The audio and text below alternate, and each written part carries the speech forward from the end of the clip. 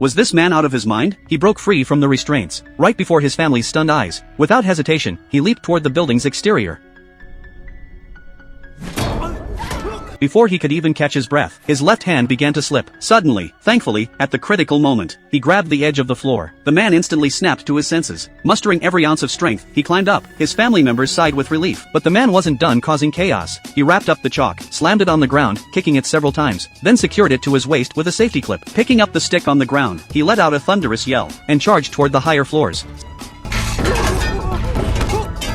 Such a heart-stopping moment nearly made his mother faint. The man took a sharp breath, but going back was no longer an option. Watching the toxic gas creeping closer below, he gritted his teeth, once again climbing along the wall. Soon reaching the top, he secured the rope, then hugging the protruding stone, carefully extending his foot to the side. The moment his right foot touched the pillar, he didn't hesitate, propelling himself across. No time to rest. Next, he reached for the roof beam. His hands and feet instantly released, his body suspended in mid-air, slowly sliding by his family using only arm strength. His family was frantic with worry. One wrong move and their son would plummet to his death right before their eyes. Fortunately, with years of rock climbing experience, he passed through without incident. Securing the rope again, he grabbed a handful of chalk dust, found a relatively solid spot, and climbed up again. The wall's relief was far more complex than ordinary stone. Each step was incredibly difficult. Suddenly, he lost his footing, nearly falling. After what seemed like an eternity, he finally reached the top level, just about to reach the summit. No matter how hard he tried, he couldn't touch the next step. The lifeline rope around his waist now felt like a deadly shackle. He knew if he didn't open the rooftop door soon, toxic gas would soon spread, killing everyone in the family. The man made a desperate move, cutting the rope around his waist. His wife Yunai screamed, asking if he'd lost his mind, but he was beyond caring. Began free climbing without any protection. Perhaps the family's cries gave him strength. Soon he reached the top level. Just needed to cross the statue to reach the roof. He steadied his breathing, preparing his body, then leaped with all his might, miraculously grabbing the lion's fang, hanging in mid-air. He didn't waste a moment, quickly pulling himself up, but suddenly the tooth broke, almost sending him plummeting. He desperately hugged the statue's nose, solid, but difficult to grip, resting briefly, then curling his legs, pushing with all his might, successfully reaching the top floor. Extreme exhaustion made him gasp for air, but saving others was urgent. He rushed to open the rooftop door, rescuing his entire family. Yunai, a fellow outdoor survival enthusiast, had everyone use their phones, sending SOS signals to the sky. Soon enough, a plane slowly approached. Rescue workers lowered a metal cage. Everyone rushed to get inside, but when Yunai tried to board, she was told it was overloaded. Only room for one more. In a critical moment, the man decisively gave the chance to his wife, but Yunai dodged away. At the brink of life and death, she refused to let her husband face this alone, and he felt the same. He ruthlessly pushed away his parents' hands,